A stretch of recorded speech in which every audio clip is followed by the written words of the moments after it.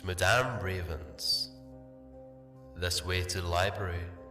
She's been expecting you.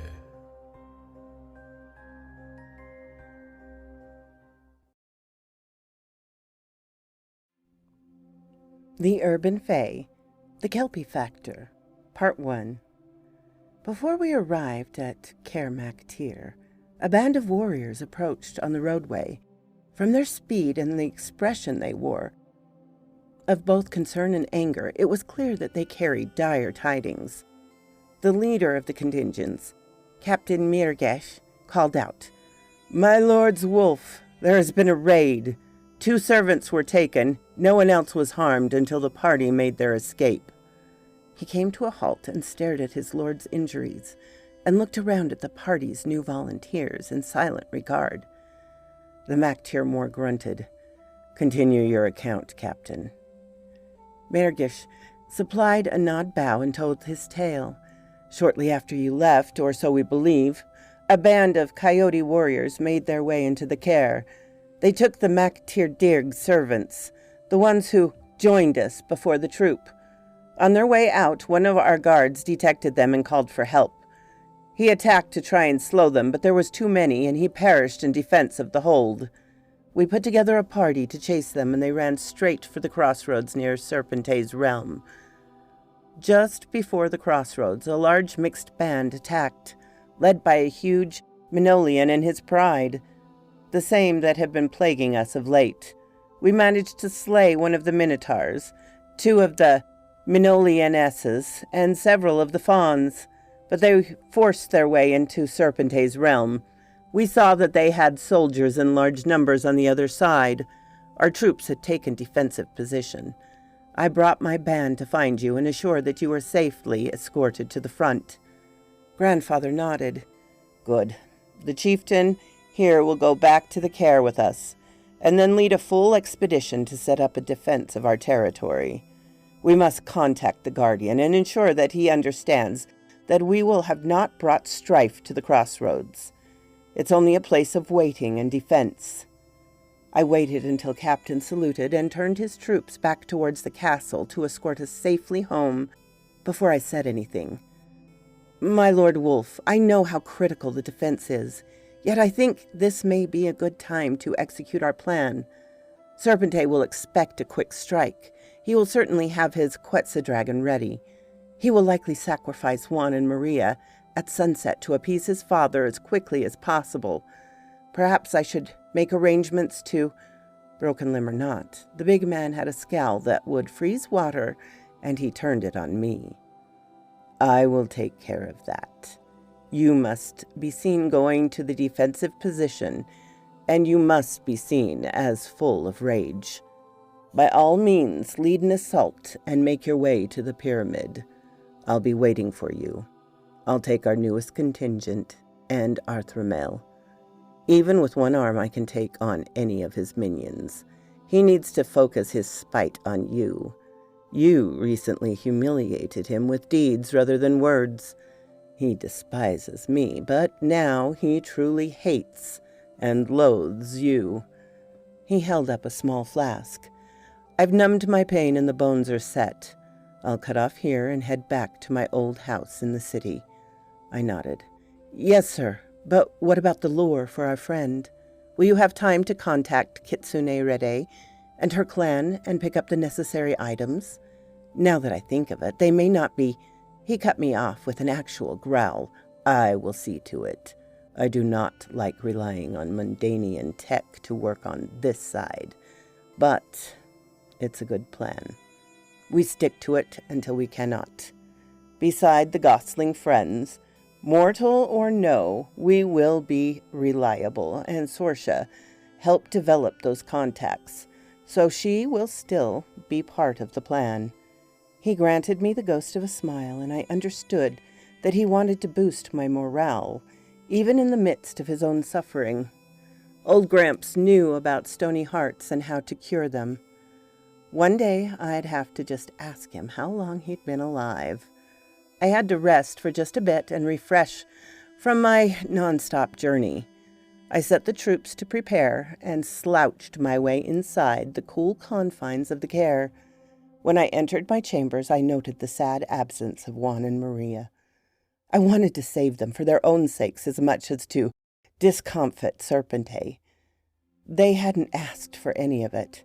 They'd set out on a journey to improve their lives and ended up being trapped by criminals and funneled into a world far outside their imaginations. I'd do my best for them. I found that I didn't need much sleep in Otherworld, but I needed some, and I needed it badly at this moment. I stretched out on the perfectly designed mattress and stared up at the ceiling. Tired as I was, my mind still rolled with doubts and plans and counterplans. Worries for my family and friends, anger over betrayals that were not fair to start, a little self-pity, followed by more anger at what the Coyote Clan warriors and their allies had done.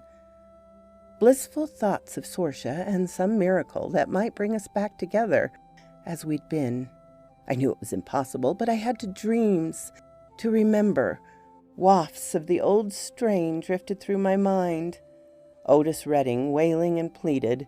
Shabil had introduced me to Motown, and I'd become a fast fan. Him and his chariot mount stereo. I slept deeply for a short time, a healing sleep, and then the dreams began. At first, the typical sort. Horrid outlets for stress. Occasional blissful images full of hope, followed by scenes that depicted the forlorn nature of those hopes. Then a set of features coalesced. Mom? No. Grandmother Raven. Her face smiled at me from the murk of the dream world. Then her voice reached me. Greetings, my young wolf chieftain. So young for such responsibilities. Her smile grew a little wistful, as though she was proud yet worried. I'm sorry I can't come in person before you leave. I simply wanted to see you and give you what counsel I may. I dream smiled. Sweet Raven, I am honored. I have concerns, but I have been taught well and will continue to seek and adhere to the advice of my wise elders. Her smile widened, and her cares seemed to lift just slightly. I cannot offer you any hope for your greatest heartache. I see that you have continued to love Sorsha, and that speaks well for you. However, both of you will likely have to adjust and let your feelings evolve over time. I have some answers for you on another subject. The coyote has not sided against you. You will have to seek out the rest of that tidbit of information on your own, but you have not made any new enemies among the great powers. That is well, for you have enough, simply by existing. I nodded. Thank you, grandmother. Those answers put me at ease. I hadn't given up on Sorsha. I can't. Maybe I never can, but I understand that we will both suffer for a long time no matter what. Our love was stolen, and I aim to claim the life of the one who authored that fate for us. Her features grew wan and more deeply fearful. That is my chief cause of disquiet. Your enemy was focused on conquering the Mundanian city and using it for his own purposes. But now he looks at you as a genuine and worthy foe. His ire has shifted from your grandfather to you. After your experience with the Lizerg, you know that though you are skilled, you are not yet ready to face such as he, at least not alone, without years of preparation which are no longer available. I cannot provide too much information. Some is fated, some is yet to be woven. I may only wish you success and abide once more while my family goes to battle. I wished for a way to embrace her. Her smile returned, and I found myself wrapped in her dream arms, and she in mine. Thank you, Vithech Miles. A being could ask for no better or more caring family elder. No matter the outcome, I will continue to seek out your counsel and indeed your company. With that, we each began to fade, and my senses re-engaged with the sound of a tinkling bell. Pideo, entered my quarters, and I looked up to see him smiling. "I see you are back with us, my Lord Wolf. The lads are ready, your wolf guard is prepared, and all of your personal warriors are assembled for the march, but we await your attendance." I rose more refreshed than I should have been and grinned. "My friend, I believe we will see some resolution to the struggles at hand very soon. I hope it is in our favor, and with the talents and bravery of our forces, there is every reason to be confident before we go. I have some rings to present. Your squad of archers will be prominent among the awardees." His smile widened and he bowed. "It is our honor to serve. We have something for you as well, my Lord Wolf. The rest of the team should be present when we make our offering." With that intriguing response, and a little cold water splashed on my face for good measure, we made our way out to the forecourt. Maybe the bailey? I was still unsure of all the terminology, and it often seemed interchangeable. Yet we tended to know what others meant. I loved that about Otherworld.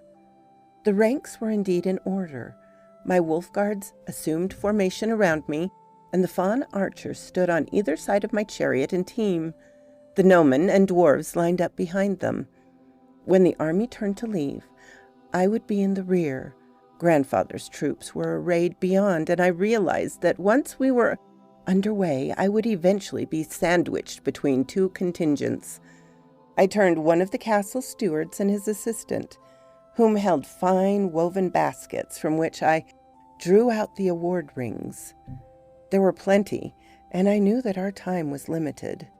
Yet I wanted these folk to head into the next battle with their chests swollen in pride and the high regard of their liege lord displayed and incorporated into their will to exert themselves. When it was done, Pietro motioned Garen, who brought forward a long object wrapped in glimmering cloth. "The first trophy to hang in your hall when it is complete. A unique one to our knowledge," the fawn pronounced. It was the axe of the Lys Erg, mounted on a wooden frame with an engraved plaque. I was confused for a moment, and then registered that the being must have dropped it when the eel's jaws clamped onto him. Garen's face, sober and dignified, winked. It was my turn to feel a swell of pride. Then Pietro bowed at the waist. The rest of the fawn archers did the same. "We have determined that we will not follow tradition and seek a new satyr. We have chosen you as our permanent lord if you will have us." I nearly choked. Stupid emotions. During our travels we'd conversed, and I knew just what an honor they offered. It would take the approval of the Griffin for them to break with tradition. Somehow I knew that he and the Queen would agree to the arrangement. I managed to speak in a low, gravelly voice reminiscent of grandfather's. "This is a greater honor than I ever expected. I humbly accept, and will serve you in turn as chieftain should." The words weren't exactly to form, but I bowed almost as low as they did, with my hand over my heart. Everyone arose with a ferocious grins. "Now, let's go give the bastards what for." My emotions had taken a quick turn, getting more like the Magtir Moor every day. I smiled inwardly, not like I could find a better mentor. The trip to the crossroads was uneventful, though my troops had practiced scouting and maneuvering as though their lives depended on it, which, in the long run, they did. I peeled off from the main force and approached the fort, while the others joined the forces in place and found their way to where they needed to be. I was surprised when I entered the hall to find my cousin Goodrich already present. He was the general grandfather had assigned until I arrived. Shabil would have had the honor, but he was in Mundania rounding up old pals of Mr. G and the firepower they would bring. I bowed to both Goodrich and the Guardian. The latter gave me a canine grin and snapped his chops in a friendly greeting before words emitted from his person. "Greetings, Magtir Dirg. Your kinsman tells me that you are not here to threaten the peace of the crossroads, but instead focus on going forward once more into Lord Serpente's realm. I kept my expression and voice neutral. That is correct, Guardian. We are indeed focused, and you will be happy to learn that we intend to push through as soon as I have been briefed. It is my great hope that we will trouble you no more, because there will be no further need. He panted and gaped in doggish laughter. Either way, I suppose that your hopes will succeed. You have paid your courtesies. Pray don't delay in your duties. He paused and took on a wistful expression. I only wish I could take a side and join in the feud. There are so few challenges to offer a guardian. He mused for a moment. Then his expression cleared. I wish you well, chieftain. You are always welcome to visit or stay as you wish in your travels. I would greet kindly a recitation of the feats your folk will accomplish, regardless of the outcome. The big hound winked. I agreed to return and recite the tale, unless it ended with my demise. That got me another doggy laugh before we said our farewells. Goodrich and I exited, caught up on recent events as we returned to camp. Our scouts inform us that the soldiers they see are very tired. They're a holding force. The bulk of Serpente's troops are at the pyramid. There will be a big ceremony there at sunrise. I'd given up on getting to Juan and Maria before sunset this day. So this was great news. It still left us short of time if we were going to fight our way into the stronghold. But living friends may present some hope for rescue. For the dead, there was only vengeance. So how are we on numbers? I dreaded the response, but I caught a wave of satisfaction from him. They have more, plus the dragons, at least one of those at a time. He ended up with 2 types that truly detest each other. With the main force you brought, it will be a closer match, especially when Lord Leopard Shabil arrives. He winked. It was my first griffin wink, a bit frightening when delivered with those golden orbs. Many of his stronger minions are not present. Some of his vassal lords have either deserted or wait in ambush. If it is the former, then we need to fear no goblins or elephant monsters. If it's the latter, well, it's an honor to know you, cousin. We made it to the camp and I ordered a briefing in 1 hour. In the meantime, we met with the command staff in my pavilion. They are not often mentioned, but every Fae army of any size has camp followers who serve in various capacities. Some carried items that may have seemed useless to uninformed observers until they were needed. We had no sooner gathered than Shabil entered, accompanied by a man in modern commercial Mundanian battle gear. Shabil grinned and introduced the lean, graying figure at his side. My lords and ladies and chieftains, this is Colonel Bedford, a friend of the late Lord Sean Gosling of the Grey Goose clan. He and his contingent have agreed to fight alongside us. They understand the stakes and are accustomed to year-long contracts, so a year and a day will be a simple matter, as long as I've ensured that the time stream matches as closely as possible. They are not interested in meeting their adult great-grandchildren. I've always enjoyed it when Shabil grinned. He was sincere with them, and usually meant that his friends had done well, or his enemies had suffered, both of which were happy conditions. We clasped arms and embraced briefly, and I shook hands with Colonel Bedford. Sir, I apologize for being blunt, but time is of the essence. How many and of what kind are your troops? He nodded, and with a grim smile that indicated he understood, he provided a concise report.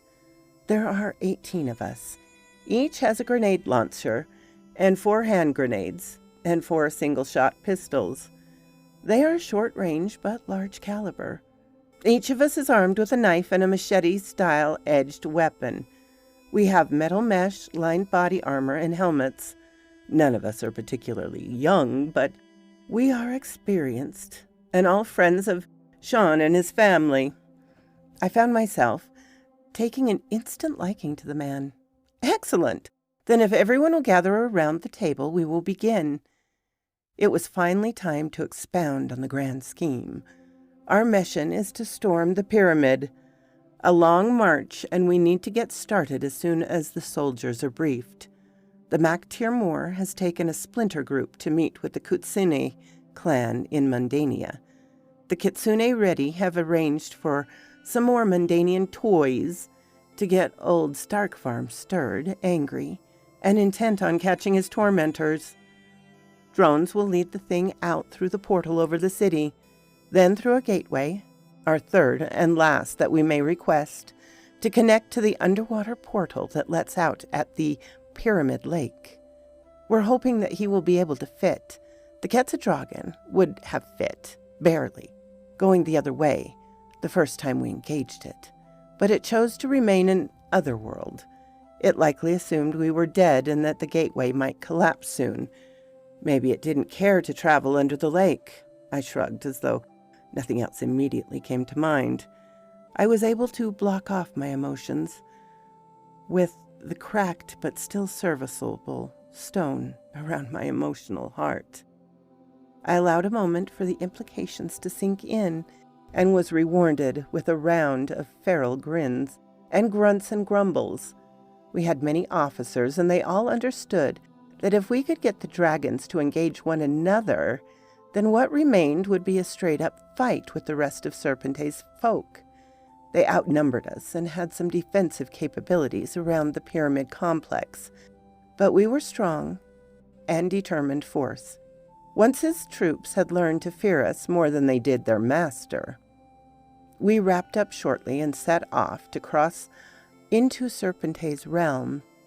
My heart was beating fiercely in an attempt to break through the last of the battered wall stone. Just keep it together for a little longer, I warned it. When anything in battle appears to be going too easily, it's past time to assess for traps. They've already been sprung. We rolled over the border guards with a few casualties on either side. The enemy made an orderly retreat and stayed just ahead of us on the main track. The countryside was fairly open and our scouts were superior, so we kept things methodical. As we came in sight of the pyramid complex, the retreating soldiers filed away to either side and joined ranks with their comrades, who were already in place. It was going to be a tough nut to crack. The defense works were not overly impressive, but the number of beings that anchored on them made my teeth grind in frustration and concern. It was typically foolish to attack a larger force than was in a defensive position. I hoped that Serpente would take me for such a fool. Emboldened by my earlier success, he had other advantage that his soldiers were of a more uniform type and accustomed to working together in formations. He employed goblins, grootslangs, and other odd creatures for special tasks, but here were mostly avian anthro soldiers and the galloping murder birds. Our forces were diverse and mostly warriors who could work together at need but enjoyed personal glory. We had a larger variety of sizes, shapes, and armaments. It had worked out the last time, I thought forlornly, when we had the advantage of surprise. When Sorsha...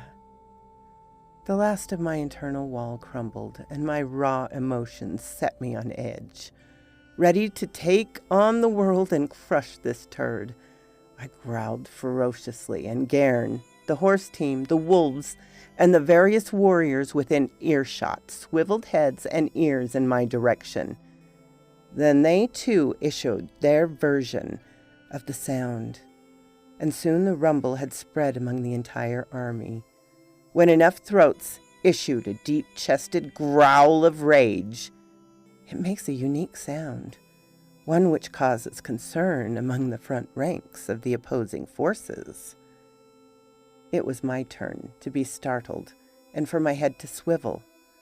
There was a substantial movement down at the lake portal. A large squadron of modern, high-tech aerial drones burst through and scattered immediately in all directions.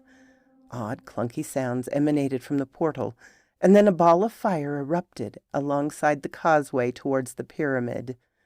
A huge figure squeezed through and sprang instantly up and over the narrow strip of land that now reflected a warm updraft of air to fill the great wings.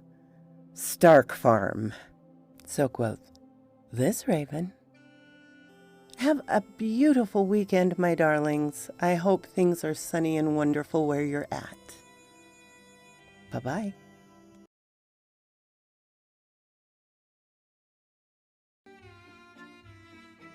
Thank you so kindly for stopping by my chateau, my darlings.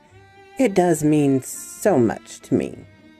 Please, if you have not subscribed, as many of you have not, please do so. Give me a like so I know what you would like to hear.